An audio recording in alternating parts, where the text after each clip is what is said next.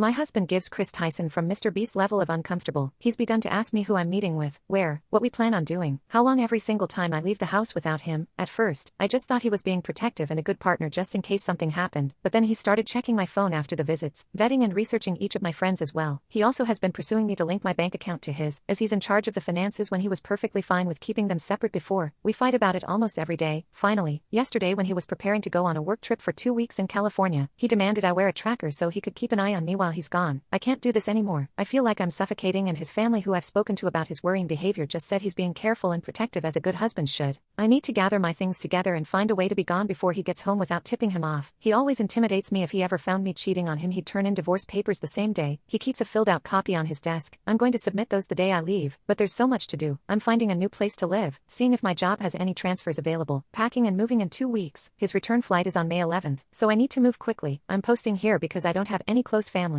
and I can't risk dragging my friends into this as we share the same friends. I just needed a place to vent, and ask if anyone has any advice on the easiest and safest way to do this.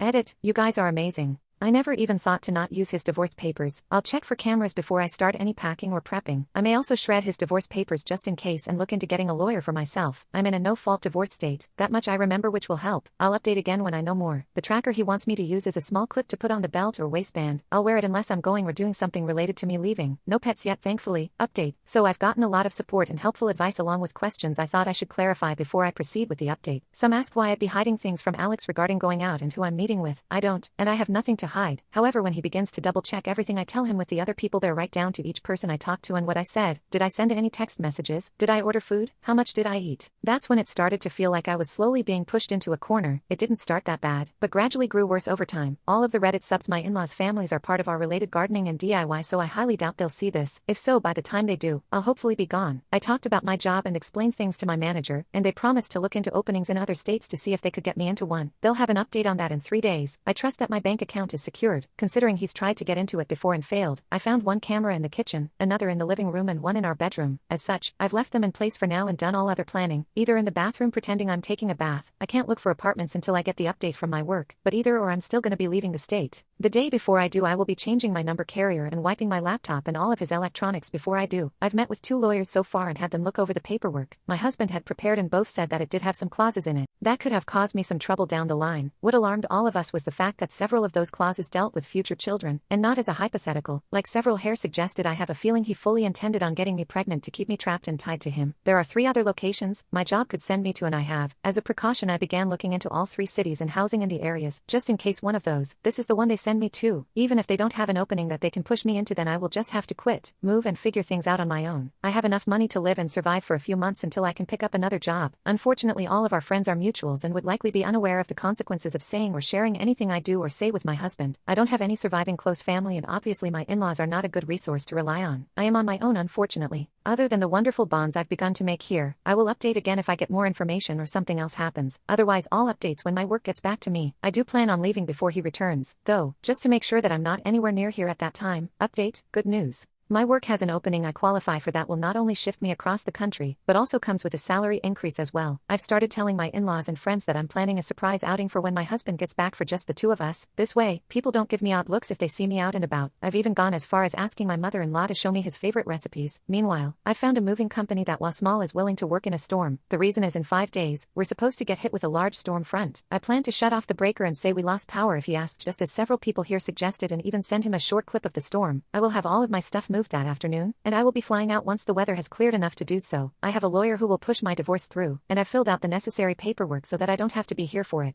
I'm not suing for assets or alimony, and I've shredded his divorce papers as well. I've set up a cheap phone plan through Cricket until this is all said and done, at which point I will find a new carrier, number, and phone. This one is being wiped and left behind. My laptop is provided by my work, and the IT department inspected it thoroughly and it was clean, thankfully. No other electronics aside from my laptop and new phone will be coming with me. If Alex needs to talk to me, he can do it through my lawyer. Not sure if anything else will happen. My fingers are crossed that he doesn't think anything amiss until after I leave, and I'm not turning the breaker back on when I do. He can when he gets home. My work is covering the plane ticket, so that at least is one expense I don't have to finagle in. Update, it's been a busy week, but I've gotten so much done. Firstly, I am now out of the house and am currently in a hotel while I look for an apartment. It's a big city. Bustling with people no matter where you look. We had a pretty bad storm system hit back home that actually lasted 2 days. High winds, thunder, lightning and even hail everywhere. I didn't take much from the house. My documents, clothes and important sentimental items. I left all of the furniture and electronics behind. I cleaned the house top to bottom and took pictures on my phone so he couldn't claim I damaged anything when I left. My lawyer has already started divorce proceedings, and my husband will be served on the 8th. His plane is due to land early in the morning, and the sheriff will be there at the house waiting for him. He is very much about public appearances and reputation. My lawyer will be calling him as well to inform him that I am more than willing to air out everything to the public about his actions if it means securing my freedom from him. I will go to court as long as I must to get this pushed through. I haven't told our friends or his in-laws yet. I will do that while he is on the flight to prevent him from getting wind of it before he's handed the divorce papers. I will be calling around and explaining why we're getting divorced, to try and prevent him from twisting this into somehow being my fault.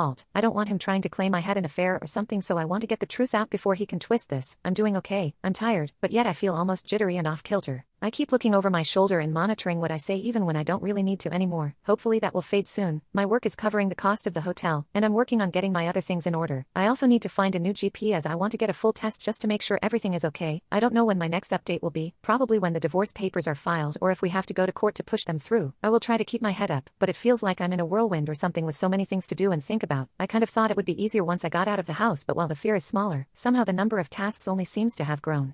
Update. Sorry I haven't updated for a while. Things got hectic and a bit chaotic honestly. Firstly, I'm working on getting an apartment still and have applications in at 3 different places and will hopefully hear back from them soon. I'm still going into work here at the new location, so I don't have to worry about burning through my emergency savings completely. I've gotten a lot of emails from Alex, his family and our old friend group asking question after question. I have only sent one return email to Alex, explaining that I don't believe we are truly compatible, and it is best we separate now, that his treatment of me when I'd done nothing to deserve as such was just as much of a deal breaker as cheating was for him. I ended the email with the statement that I would not be contacting him further and anything else he needed to pass on to me or vice versa would be done through my lawyer. For his family and friends, I just typed up one email outlining everything that had happened and why I left.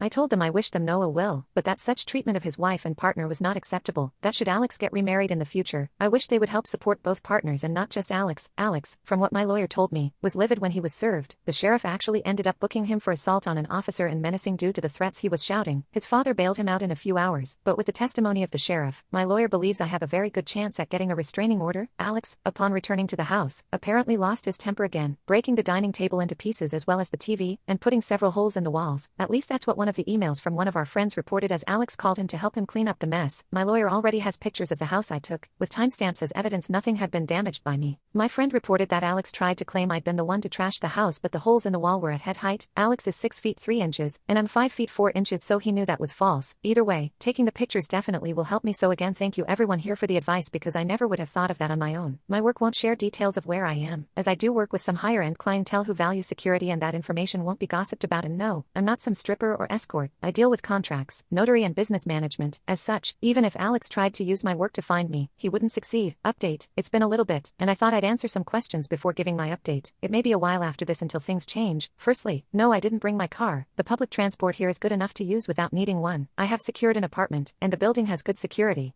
You need a key card to enter, and there is a security guard at a desk right by the entrance to the building. As part of my contract, I gave them a photo of Alex and his family so that even in the off chance they do find me, they won't be let in. The responses I got from the emails varied. His family said I was overreacting, and that I owe Alex an apology for the problems this has caused him. The pending criminal charges puts him at risk of losing his job if he's convicted. Alex sent a long email, apologizing and pleading for me to come home. He said he was worried for me, that he is willing to go to therapy if it will appease me. He wants us to remain together, and he didn't think leaving was an appropriate response to his genuine concern and worry for my health and safety. The friends gave somewhat lacking replies, saying that they didn't think Alex was ever going to hurt me and that I shouldn't be letting my imagination run away wild. As much as I want to say I was surprised by the lack of support, I'm honestly not. He intends to fight the divorce. I am letting my lawyer handle it, and I am also pursuing a protective order as well. Once I got approved for my apartment, I also froze my credit. I've changed my phone carrier and number, as well as making sure none of my documents list Alex as next of kin or POA. Some have asked why I was so paranoid about Alex and his possible future actions. The answer for that actually is somewhat simple. My grandmother. I love that woman to bits. As a teen, she explained why my grandfather was never around. He wasn't a good man, and her generation didn't allow divorce really. She wouldn't have been able to buy a house or get a good enough job to support her and my mother on her own. As such, she endured it, shielded my mom as she could until my grandfather died. When I felt like I may have been overreacting, I remembered how she'd said she'd always wished she'd been able to see grandfather for what he was early on when she may have been able to annul the marriage. I don't know when I'll update again, maybe when the divorce goes through or if something big happens, but until then, I'm just trying to keep my head above the water.